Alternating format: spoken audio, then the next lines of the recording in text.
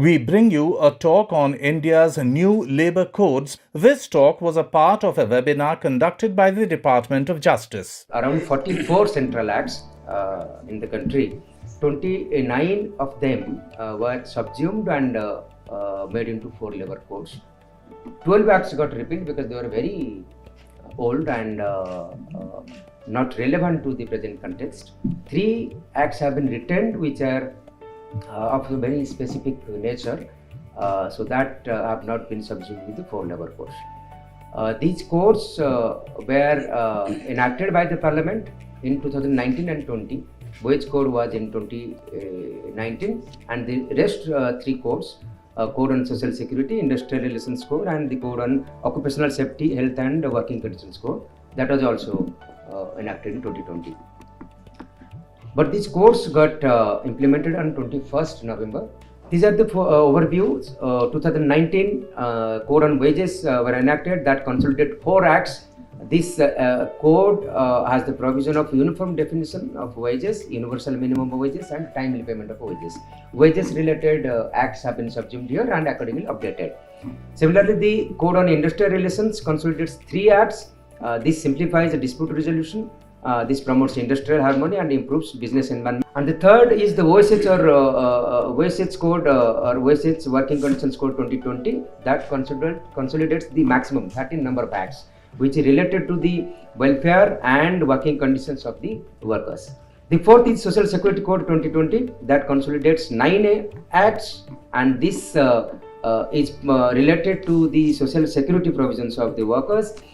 And this code has the vision of providing universal social security coverage to all types of workers in the organized sector, workers in the unorganized sector, as well as the new types of workforce that is emerging in the country, the gig and platform workers. As far as sections are concerned, this number of sections in the codes in comparison to the previous acts have been reduced by 61%. Rules reduced by 75%, forms by 60%, and registers by 90%, which is quite relevant for the industries, for employers, as far as the age of doing business is concerned. Similarly, returns, registration, and license, these were multiple as per the previous acts, which have been made single and made digitized. There are 3 important provisions in the present context which have been introduced in the code, that is decriminalization, compounding of offences, and improvement notice. Now, under the previous act, there are 87 such provisions which attracted imprisonment. In fact, there are very small or minimal nature of non-compliance that also attracted imprisonment. For example, the factory has not been whitewashed properly. That also was in the rules of some of the states. That also was attracting imprisonment. So what has been done in the courts is the entire penalty or imprisonment provisions have been rationalized.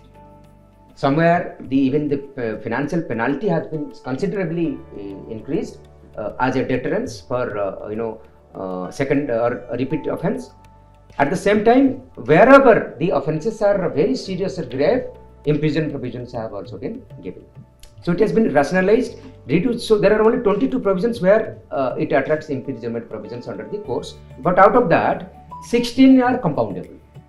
So only 6 such provisions are there which cannot, because those are related to very serious offences like life and death of the workers, social security related matters. Those cannot be compounded. So that is one kind of rationalized reform, I must say, in the labour codes. Similarly, compounding of offences was not there. That has been provided. Compounding officer will be notified by the appropriate government, and the affected party can approach the compounding officer for compounding of the offences for their non-compliance. Similarly, improvement notice. Previously, that was not there. If there is a non-compliance notice in an establishment, either penalty or imprisonment directly was ensured. But now, the establishments will be given improvement notice to comply to the provisions. If I go to the key features of the labour codes, as I said in the beginning, there are uniform definitions across the codes. The definition of wage, employee, workers have been rationalized. It is uniform now. One of the most important feature of the labour codes is the transparency in enforcement. Now the inspector will be called as inspector cum facilitators. And second, the inspection system entirely also being actually digitized. It will become web-based and it will be randomized. There will be risk matrix based on the risk profile of the organizations or establishments, and system will decide where to conduct the inspection. There are similarly very progressive provisions in the labor codes which will ensure higher female labor force participation.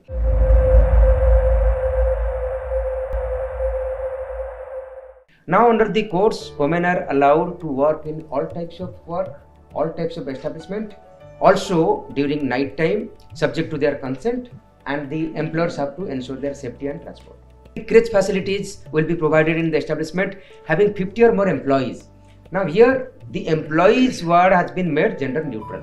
It includes men, women and transgender. In case there is an establishment of 50 employees and only one woman worker is there, still the crèche facility has to be provided. And this includes ministries also, government establishment also.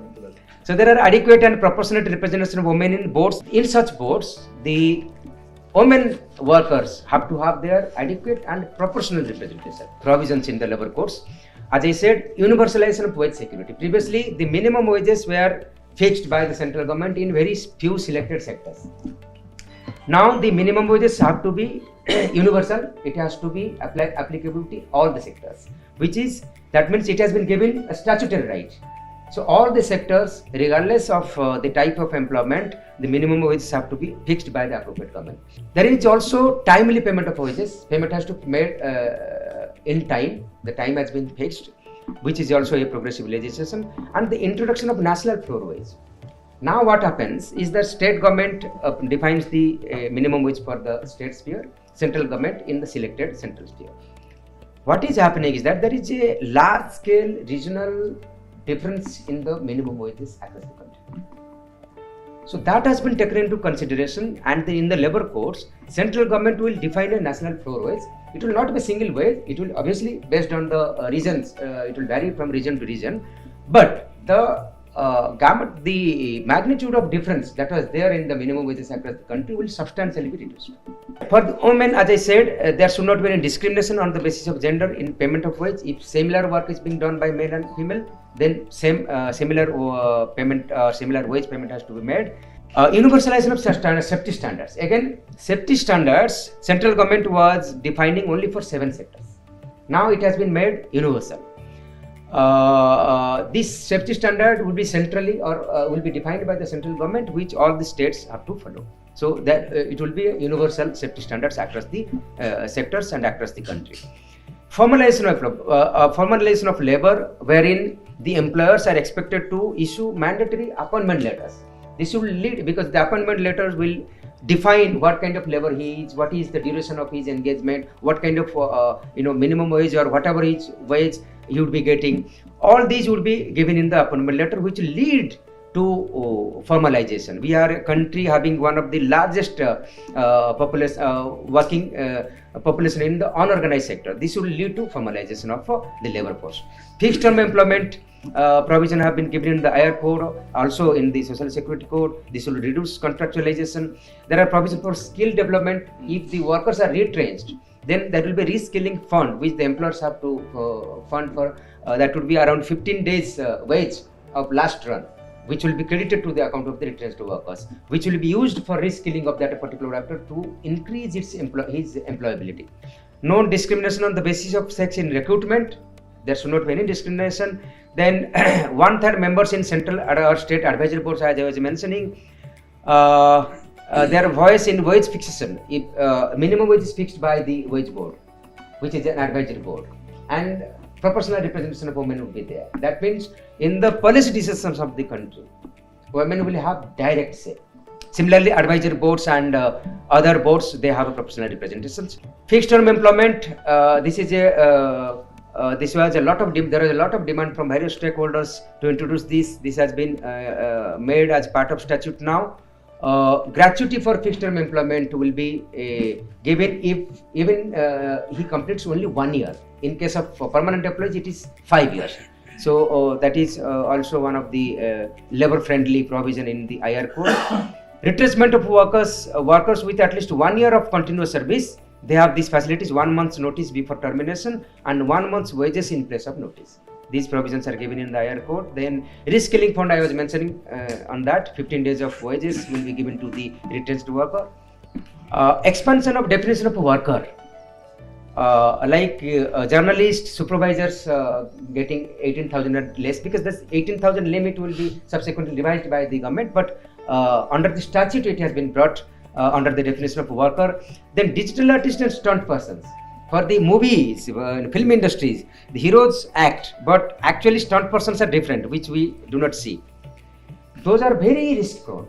They undergo a lot of risks and injuries, and they were not been taken care properly. So that is why they have been brought under the definition of worker and the courts.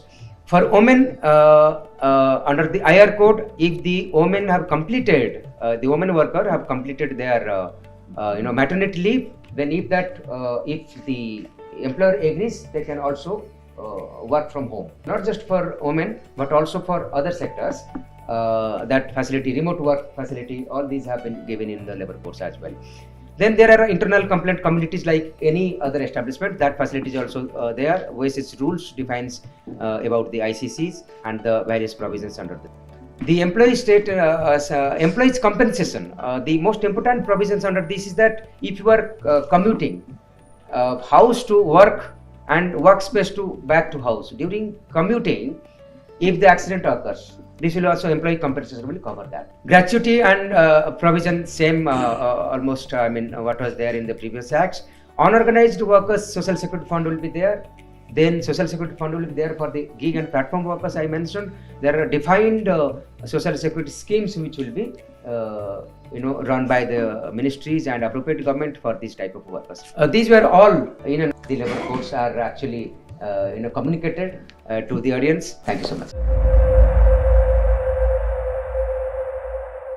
Introducing the Delhi Law Citizen mobile app for the Indian citizens. This app has been specially developed for you as a citizen by the Department of Justice, Government of India in collaboration with CSC. Through this mobile app, you as an applicant can get free legal advice and assistance from professional panel lawyers of the country in all kinds of disputed matters. Download the Delhi Law Citizen mobile app today.